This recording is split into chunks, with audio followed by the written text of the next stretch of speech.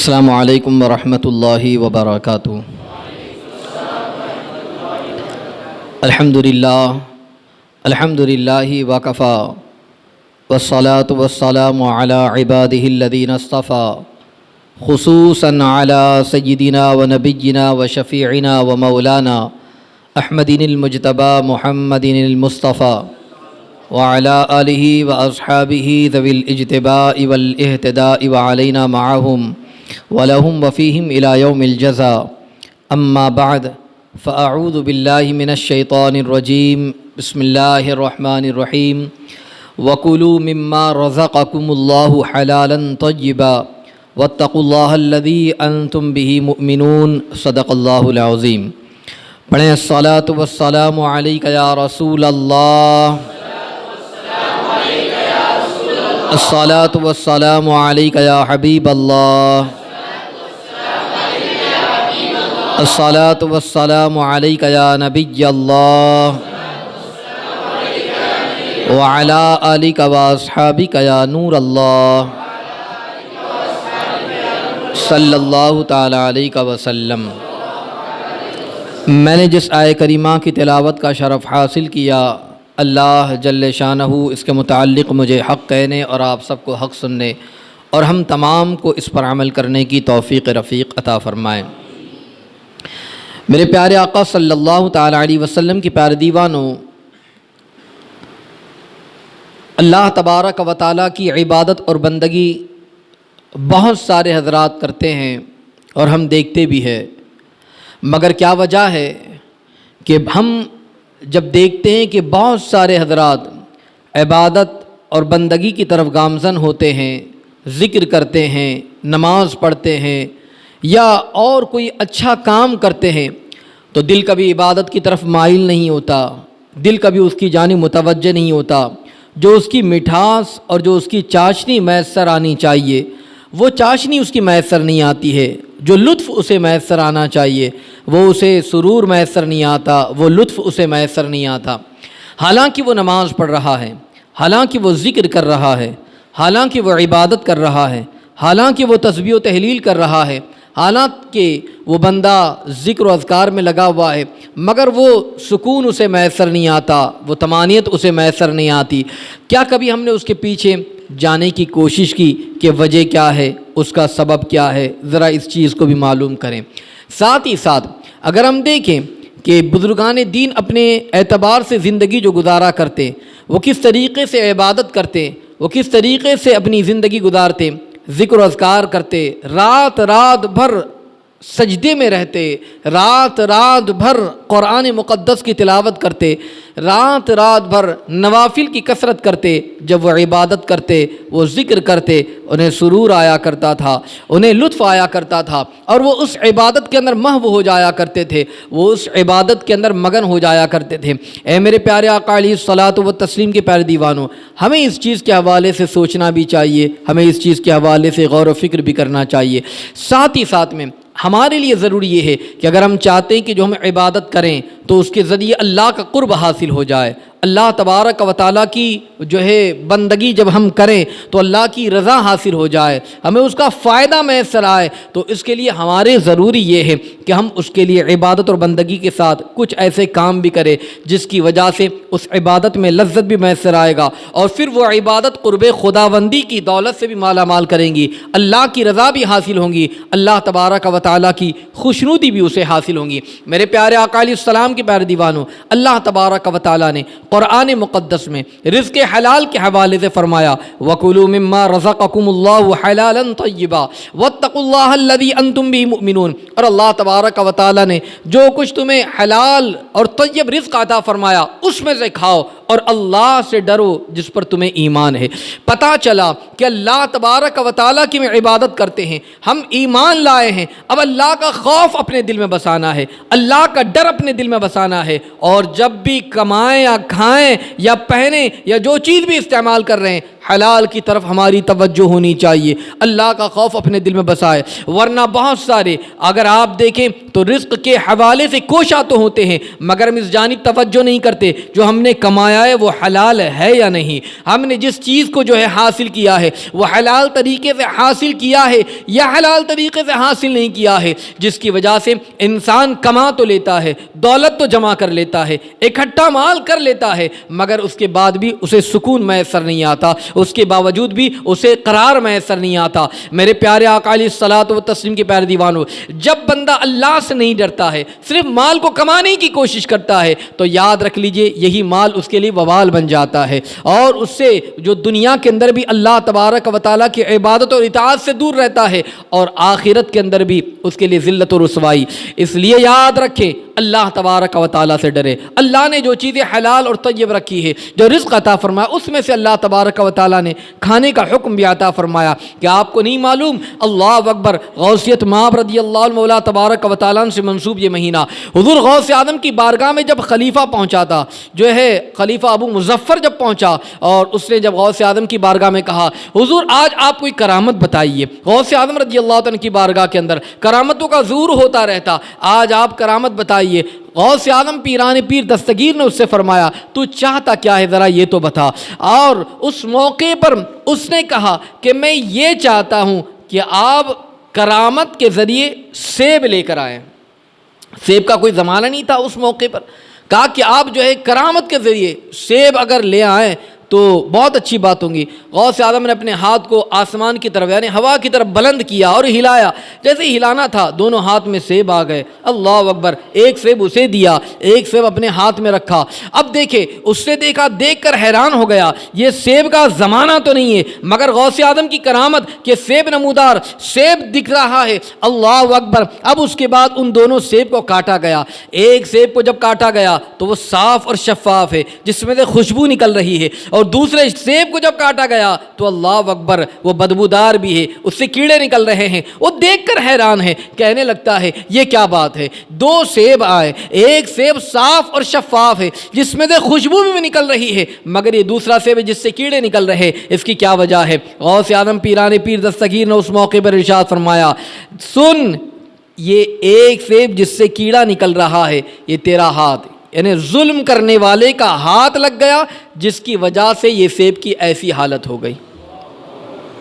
ظلم کی وجہ سے وہ سیب کے اندر سے کیڑا نکل رہا ہے، اور دوسرا سیب ہے جس پر ایک ولی کا ہاتھ لگا ہے، جس کی وجہ سے وہ صاف اور شفاف بھی ہے، خوشبودار بھی ہے۔ پتہ یہ چلا کہ جب انسان اگر حرام کرتا ہے یا کسی کے ساتھ ظلم کرتا ہے، زیادتی کرتا ہے، تو یاد رکھ لیجئے اس کی مثال آپ نے بیان فرما دی۔ آج ہم یہ سمجھتے ہیں کہ اگر کوئی حرام طریقے سے مال کما لیا جائے، خوشی ہم اپنی زندگی گزار دیں گے، ہم چین و سکون کے ساتھ اپنی زندگی گزار دیں گے۔ یاد رکھ لیجیے اگر یہ سوچ ہے تو پھر ہمیں اپنی سوچ کو جو ہے ٹٹولنا پڑے گا، غور کرنا پڑے گا، اس لیے کہ بہت سارے ایسی بھی ہوئے ہیں کہ آج انسان کسی کے مال پر جو ہے قبضہ کرتا ہے، کبھی کسی کے مال کو غصب کر جاتا ہے، کبھی کسی کی پراپرٹی کو ہضم کر جاتا ہے، کبھی کسی کے ساتھ دھوکہ دہی کا معاملہ کرتا ہے، کبھی لین دین کے اندر غبن کرتا ہے، کبھی کسی کے مال کو جو ہے وہ چرانے کی کوشش کرتا ہے، کبھی حرام طریقے سے کماتا ہے، کبھی سود لیتا ہے، کبھی رشوت لیتا ہے، اور اس طریقے سے وہ جمع کرتا ہے، اور وہ جمع کی ہوئی پونجی کو رکھتا ہے اور یہ سمجھتا ہے میں بہت بڑا رئیس ہوں، میں بہت بڑا مالدار ہوں۔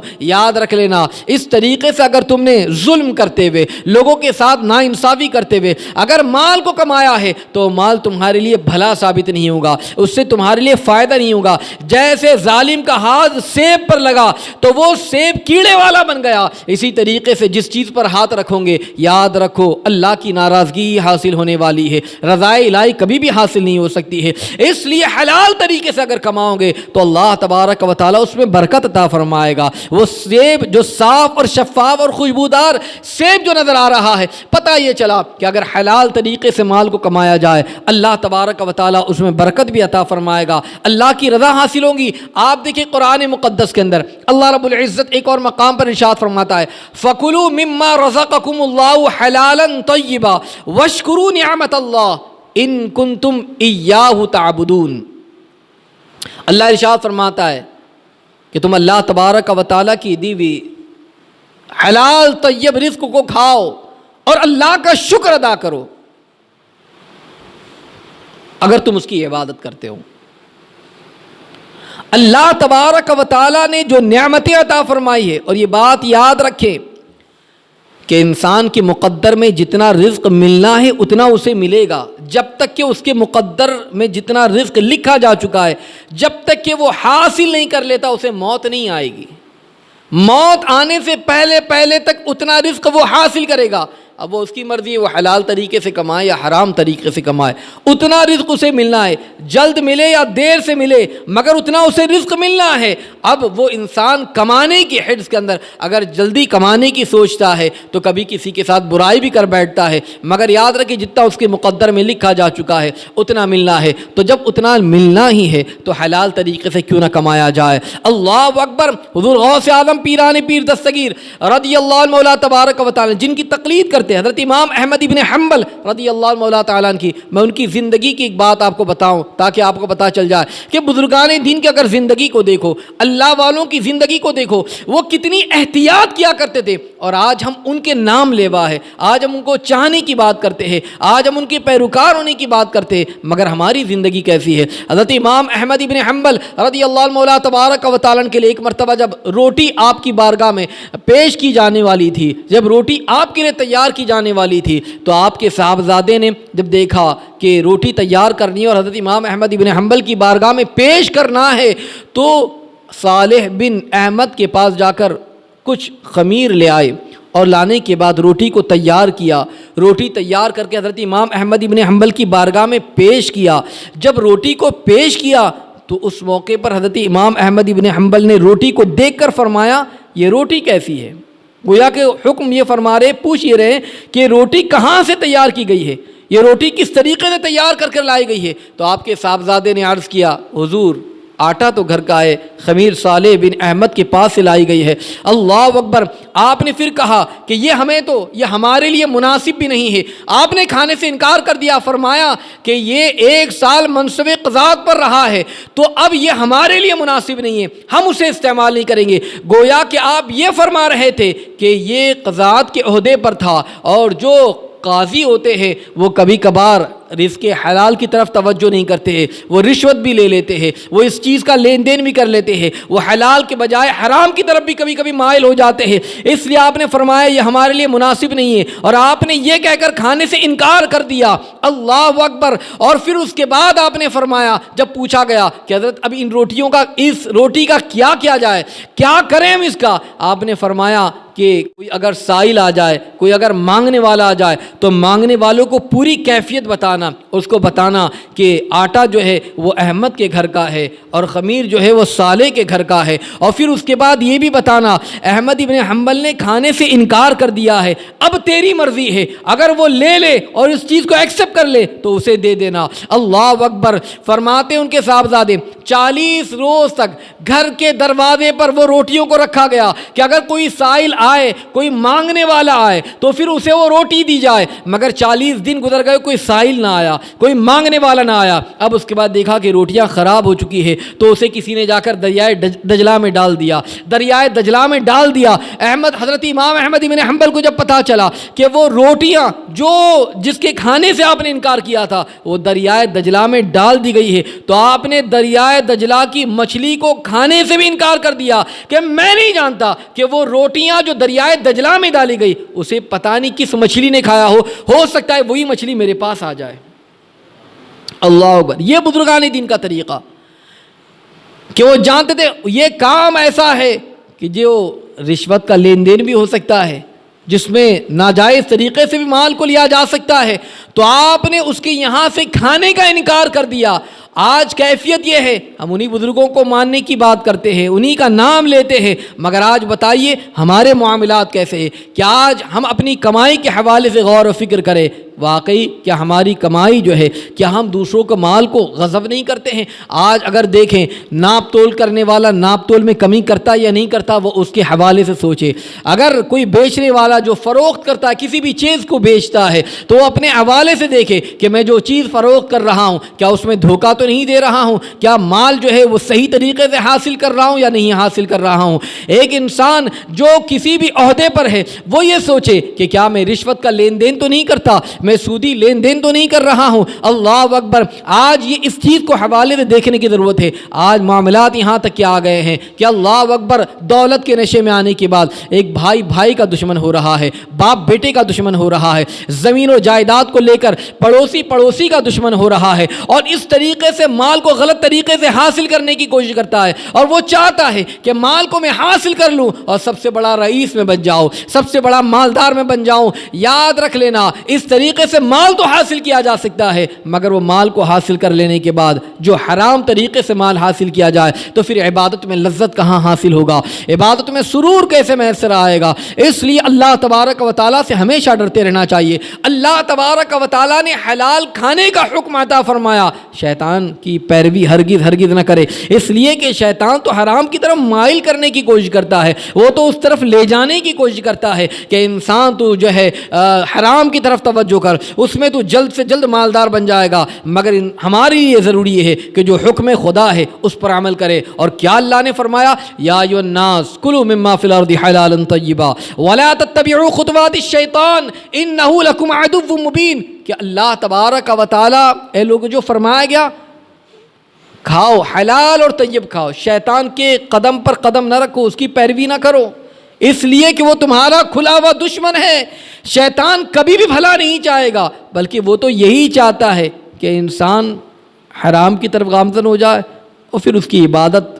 اس کی لذت, اس کی چاشنی, اس کی مٹھاس وہ سب سے محروم ہو جائے, اور پھر وہ عبادت بھی اسے کوئی فائدہ نہ پہنچائے. یہ کام اس کا ہوتا ہے. مگر آج ہم کوشش یہی کرتے ہیں. آج ہماری کیفیت کیا ہے, اس چیز پر ہمیں توجہ دینے کی ضرورت ہے. اخیر میں ایک بات یہ بتانا چاہوں گا کہ حلال کی طرف توجہ کرے. جب انسان حلال کماتا ہے, حلال کھاتا ہے, تو پھر یاد رکھے اس کو عبادت میں کیسی مٹھاس میسر آتی ہے, کیسی چاشنی میسر آتی ہے, کیسا لطف میسر آتا ہے. ورنہ بزرگان دین کی زندگی کو آپ دیکھیں کہ وہ کس طریقے سے قناعت والی اپنی زندگی گزارتے. وہ تھوڑا کماتے اور اسی پر اپنی زندگی بسر کر دیا کرتے, اور اگر کوئی کچھ لا کر دیتا تو اس سے پوچھتے کہاں سے لایا گیا ہے, اور پھر اس کے بعد اسے تناول کرتے. حضرت یوسف بن ارطاس رحمۃ اللہ تعالیٰ علیہ خود ارشاد فرماتے ہیں کہ جب انسان عبادت کرتا ہے, کوئی بھی عبادت کرے, نماز پڑھے, ذکر کرے, عبادت کرے, توبہ اور استغفار, اللہ اکبر, اگر کوئی عبادت کی طرف مائل ہوتا ہے تو شیطان اپنے دوستوں سے پوچھتا ہے, شیطان اپنے ساتھیوں سے کہتا ہے یہ جو عبادت کر رہا ہے, یہ نماز پڑھ رہا ہے, یہ ذکر کر رہا ہے, یہ جو کچھ بھی کام کر رہا ہے, ذرا دیکھو اس کی کمائی کیسی ہے, یہ کھاتا حلال کا ہے حرام کا ہے, ذرا دیکھو اس حوالے سے. شیطان اپنے ساتھیوں سے کہتا ہے, گویا کہ وہ بھی یہ جانتا ہے کہ اس کی حلال یہ کمائی کیسی ہے. اور جب اسے پتہ چلتا ہے, جب اسے یہ بتاتا ہے کہ یہ جو کچھ بھی کھایا ہے یہ حرام کا ہے, یعنی اس کی غذا حرام کی ہے, اس کا پینا حرام کا ہے, اس کا پہننا حرام کا ہے, تو شیطان پھر کہتا ہے اب فکر کرنے کی کوئی بات نہیں, اسے چھوڑ دو, اب فکر کی کوئی بات نہیں, اس کے پیچھے پڑنے کی بھی کوئی ضرورت نہیں. دوست کہتے ہیں کیا وجہ ہے, کہا کہ اس کا پہننا حرام کا ہے, اس کا پینا حرام کا ہے, اس کا کھانا حرام کا ہے, تو یاد رکھ لیجئے وہ عبادت اسے فائدہ پہنچا ہی نہیں سکتی ہے, اس لیے اس پر محنت کرنے کی ضرورت نہیں ہے. ہاں وہ محنت ان لوگوں پر کرتا ہے, ورغلانے کی ان کو کوشش کرتا ہے, بہکانے کی ان کو کوشش کرتا ہے جن کی غذا حلال کی ہو, جن کا کھانا حلال کا ہو, جن کا پینا حلال کا ہو, جن کا پہننا حلال کا ہو, تو اس کو ورغلانے کی کوشش کرتا ہے, بہکانے کی کوشش کرتا ہے. اس لیے کہ وہ جانتا ہے کہ جب وہ بندہ حلال کا لقمہ اپنے حلق کے اندر ڈال کر اب وہ عبادت کرے گا, وہ ذکر کرے گا, تو یاد رکھے اس ذکر کے ذریعے وہ اللہ کا قرب حاصل کرے گا, اللہ کی بندگی کرے گا, اللہ کی رضا حاصل کرے گا, وہ خوشنودی الہی حاصل کرے گا. یہ تمام کی تمام چیزیں عبادت کی قبولیت کے لیے اور اس کی لذت و چاشنی کے لیے حلال غذا ضروری ہے. اب اس نے حلال کا استعمال کیا ہے, اسی حلال کی وجہ سے وہ انسان جو ہے اس کی لذت کو پالے گا، اس کی چاشنی کو پالے گا، اس کو قرب کا مقام مل جائے گا، اللہ کا مقرب ہو جائے گا، اللہ کا قرب اسے حاصل ہو جائے گا۔ اس لیے وہ ان لوگوں پر محنت کرنے کی کوشش کرتا ہے جن کی غذا حلال کی ہو، جن کا کھانا حلال کا ہو، پینا حلال کا ہو، پہننا حلال کا ہو، جس کی کمائی حلال کی طرف ہو، اسے ورغلانے کی کوشش کرتا ہے، بہکانے کی کوشش کرتا ہے، اور جو حلال کی طرف گامزن نہیں ہوتے وہ اس پر محنت بھی نہیں کرتا، وہ اس کی طرف توجہ بھی نہیں کرتا، اور اپنے ساتھیوں سے بھی کہتا ہے اس پر جو ہے توجہ کرنے کی کوئی ضرورت نہیں ہے۔ اے میرے پیارے آقا علیہ الصلوۃ والتسلیم کے پیارے دیوانوں، اسی لیے قرآن مقدس میں حلال کے حوالے سے میں فرمایا گیا کہ حلال کھائیں، حلال کھانے کے حوالے سے میں تعلیم دی گئی ہے، حلال کے کمانے کے حوالے سے میں تعلیم دی گئی ہے۔ ہم جو ہے کمائیں تو حلال طریقے سے، کھائیں تو حلال کمائی سے، اس لیے کہ یاد رکھیں جو چیز بھی حاصل ہو رہی ہے اس طرف توجہ دینے کی ضرورت ہے۔ غوث اعظم پیران پیر دستگیر روشن ضمیر رضی اللہ عنہ مولا تبارک و تعالیٰ کی بارگاہ ہے، وہ عظیم بارگاہ ہے۔ جب آپ کی بارگاہ میں خلیفہ ابو مظفر جب پہنچا تھا اور آپ کی بارگاہ میں آیا کرتا تھا، محفل کے اندر مجلس میں آیا کرتا، واعظ و نصیحت کو سنا کرتا، ایک مرتبہ رات کے وقت میں آپ کی مجلس میں محفل میں آیا، اور جب آیا تو ساتھ میں 10 تھیلیاں روپیوں کی بھری ہوئی لے کر آیا، اور آنے کے بعد تحفہ دیا، حضرت یہ میری طرف سے تحفہ قبول کیجئے۔ حضور غوث اعظم نے جب دیکھا ان تھیلیوں کی طرف تو آپ نے ان میں کی 2 تھیلیوں کو اٹھایا دونوں ہاتھوں میں، اور اٹھانے کے بعد اسے نچوڑنا شروع کیا، دبانا شروع کیا۔ جب اسے دبایا تو اس سے خون ٹپکنے لگا۔ خلیفہ دیکھ کر حیران ہے، کانپ گیا، تھر تھرانے لگا، یہ کیا کیفیت ہے؟ اللہ اکبر، غوث اعظم جلال میں ہیں اور ان تھیلیوں کو دبا رہے ہیں، اور اس کے بعد ارشاد فرماتے اس سے، اے خلیفہ ابو مظفر، لوگوں کے خون کو نچوڑ کر تم میرے پاس لے آتے ہو؟ اللہ اکبر، اتنا سننا تھا، وہ جلال کی تاب نے لا کر وہیں پر بے ہوش ہو گیا۔ اور پھر اس کے بعد جب ہوش آیا، آپ نے فرمایا کہ اگر مجھے تیرے آل رسول کے ہونے کا خیال اگر نہ ہوتا تو میں یوں ہی خون کو چھوڑ دیتا جو تیرے محل تک پہنچ جاتے۔ اللہ اکبر۔ پتہ یہ چلا کہ اس طرف توجہ دلائی گئی کہ اگر کوئی بڑا حاکم ہے تو وہ یہ نہ دیکھے کہ میں جو کچھ بھی کہیں سے بھی حاصل کر رہا ہوں، اس کی جو ہے جس طریقے سے بھی چیز حاصل کر لوں، میں کما لوں، حاصل کر لوں، اور اس دولت کو میں اپنے اعتبار سے خرچ کر لوں۔ یاد رکھیں کہ اس دولت کو کما کس طریقے سے رہے ہیں، حاصل کس طریقے سے کر رہے ہیں، اس حوالے سے دیکھیں۔ جب یہ نظر غوث اعظم رضی اللہ عنہ مولا تبارک و تعالیٰ کی ہے، جب آپ نے فرمایا کہ تو لوگوں کے خون کو نچوڑ کر لا رہا ہے، اب یاد رکھے اگر کوئی اپنے ماتحت کے ساتھ اگر برائی کرتا ہو، ناانصافی کرتا ہو، تو پھر وہ بھی اس کی طرف توجہ کرے۔ اگر کوئی کمپنی کے اندر رہنے والا اپنے ماتحتوں کے ساتھ اگر برا سلوک کرتا ہو، وہ بھی اس کی طرف توجہ کریں، اور اس طریقے سے ایک دوسرے کے ساتھ اگر کوئی ناانصافی والا معاملہ کرتا ہو، وہ بھی اس چیز کو دیکھیں کہ اگر میں کسی کا حق تو نہیں مار رہا، میں کسی کا حق تو نہیں دبا رہا ہوں، یاد رکھ لیجئے، اور پھر اس کے بعد کسی کے حق کو اپنے مال میں تو شامل نہیں کر رہا ہوں، اس طرف توجہ دلائی گئی ہے۔ اس لیے اللہ تبارک و تعالیٰ کا خوف اپنے دل میں وسائے، اور کمائیں تو حلال کمائیں، کھائیں تو حلال کھائیں، انشاءاللہ العظیم اس کی برکتیں جو حاصل ہوں گی اس سے انشاءاللہ عبادت میں لذت بھی میسر آئے گی، عبادت قبول بھی ہوں گی، اور پھر وہ عبادت جو ہے قرب خداوندی کا ذریعہ بھی بنے گی، کامیابی اور کامرانی اسے میسر آئے گی۔ اس سے اس طرف توجہ کرے۔ اللہ رب العزت کی بارگاہ میں دعا ہے کہ مولا تبارک و تعالی ہم تمام کو حلال کمانے، حلال کھانے، حلال کھلانے کی توفیق عطا فرمائے، حلال پینے کی توفیق عطا فرمائے، حرام سے بچائیں۔ مولا تبارک و تعالی ہمارے گناہوں کو معاف فرمائے، نیکیوں کی توفیق عطا فرمائے۔ استغفر اللہ العظیم الذی لا الہ الا هو الحی القیوم واتوب الیہ وما علینا الا البلاغ المبین۔ السلام علیکم ورحمۃ اللہ وبرکاتہ۔